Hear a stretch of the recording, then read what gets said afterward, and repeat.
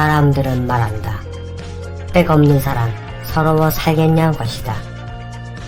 어디가 아플 때 큰 병원 의사를 알면 기다리지 않고 치료받을 수 있는 백. 뭔가 잘못해서 경찰이나 검찰에 사건화가 되면 현직 검사, 경찰만 알아도 사건이 은폐되거나 축소되는 백. 사건이 커져서 법으로 판단을 받아야 할 처지가 되면 최소 전관 변호사를 써야 하고 현직 판사를 알면 그 죄의 무게가 가벼워진다는 백. 하물며 해외에서 고관세 물건을 들고 게이트를 통과할 때 신고하지 않고도 무사히 물건을 들고 나올 수 있는 방법이 있다란 백.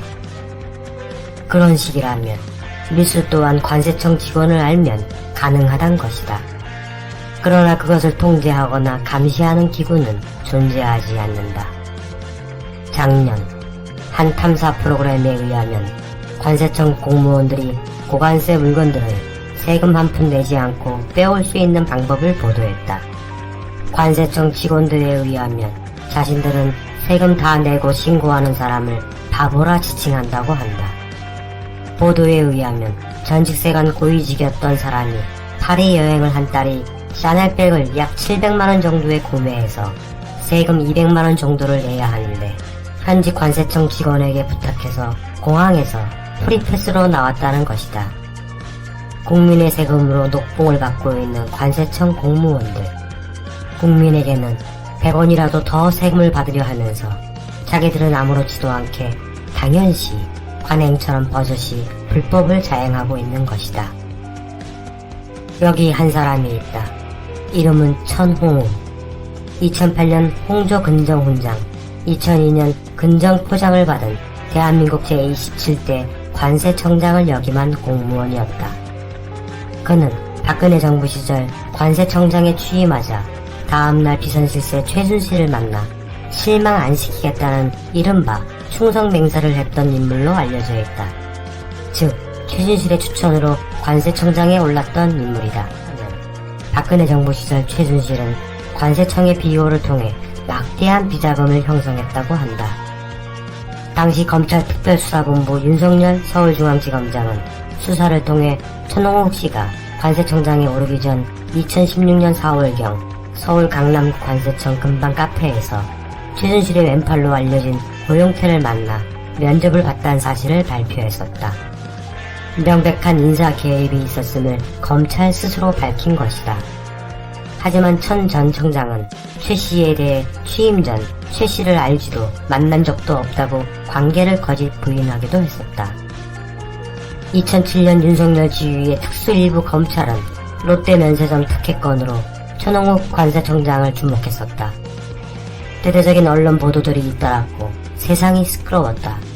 제2의 국정농단 사건이라 불렸으며 천 전 관세청장을 면세점 선정 과정에서의 조작, 은폐, 고의 공문서 등 파기 의혹과 면세점 선정 평가 점수 조작 관여 등 엄청난 사건들을 수사한다고 언론 플레이했다. 당시 검찰의 수사상에는 롯데, SK, 두산, 한화 등 대기업들이 줄줄이 엮여 있었고 청와대 관계자 및 정치인까지 연결되어 있었다고 밝혔다. 그러면 천홍욱 전 관세청장은 어떤 처벌을 받았을까? 어느 날 갑자기 검찰의 태도가 바뀌기 시작했다.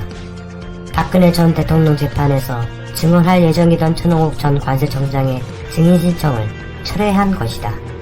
거기다 천 관세청장은 어떠한 처벌도 받지 않았으며 강제로 옷을 벗은 것도 아니고 자연스럽게 문재인 대통령 취임 이후 국무위원들이 일과 사표를 제출할 때 함께 사표를 제출해 사표 수리를 통해 관세청장에서 물러났다.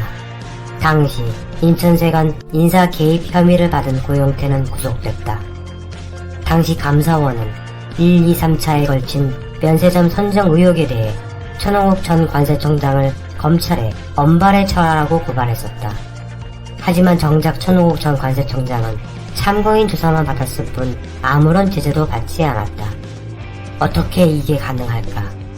그렇게 막대한 죄를 짓고도 그 많은 엄청난 사건들의 주범임에도 불구하고 멀쩡할 수 있단 말인가? 천홍욱은 그렇게 단 한 건의 처벌도 없이 2017년 퇴직 이후 현재 관세법인 신대륙의 회장을 맡고 있다. 관세법인 신대륙은 법무법인 아주라는 대형 로펌 계열사이다. 아주는 2009년 법무법인 대륙과 합병하여 법무법인 유한 대륙 아주라는 거대한 공운영 로펌을 탄생시켰다. 그 계열사에 특허법인 대하, 회계법인 서우, 관세법인 신대륙, 전문가 그룹회사 등 다양한 계열사를 만들었는데 그중 관세법인 신대륙 회장으로 천웅욱 전 관세청장을 영입한 것이다. 대륙 아주는 약 300여 명의 변호사들과 전직 지검장급 이상 검찰, 국장 치안관급 이상 경찰 고위직 출신들이 질비한 정관의 대표적 로펌으로 알려져 있다.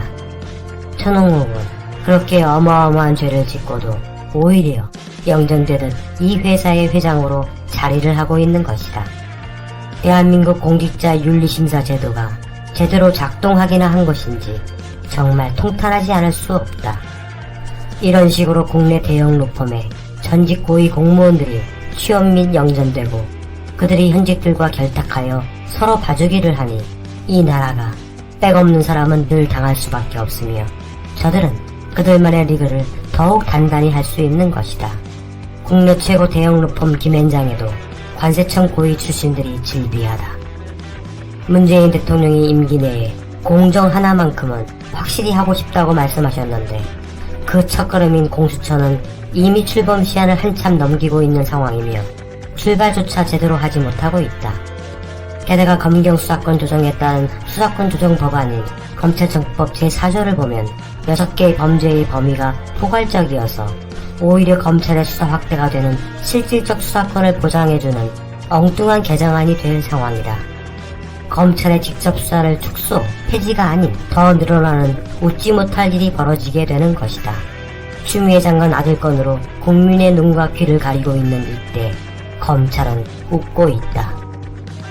최순실의 국정농단에 있어 몸에 해당하는 행동대장 역할을 고영태가 했다면 머리에 해당하는 책사 역할을 한 유상영이란 사람이 있다. 류 씨는 고영태, 노승일 전 K스포츠재단 부장과 한체대 구호학번 동기다. 유상영은 한체대 출신이지만 체육특기생은 아니며 문화 및 스포츠 행사 관련 기획 대행사를 했던 기획통이다. 2016년 6월 중순쯤 고영태의 소개로 최순실을 만났으나 나중에는 고영태보다 더 최순실과 밀착했다. 이런저런 이유로 고영태가 최순실에게 앙금이 있게 된 계기이기도 하다.